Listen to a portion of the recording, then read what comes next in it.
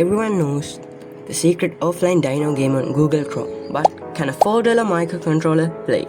Today we are turning an ESP32 and a tiny OLED screen into a fully playable retro handheld arcade.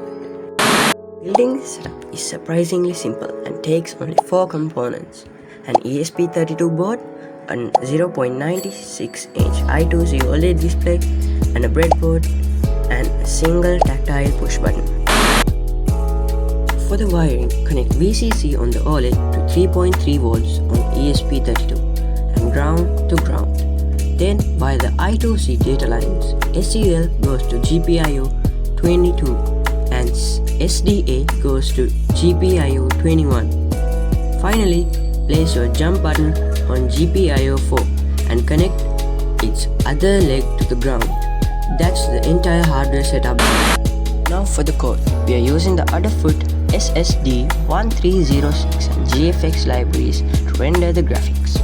The logic splits into 3 main parts: the jump physics.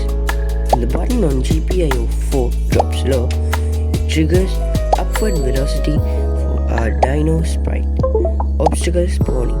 Cacti generate on the right edge and move left as steady frame rate.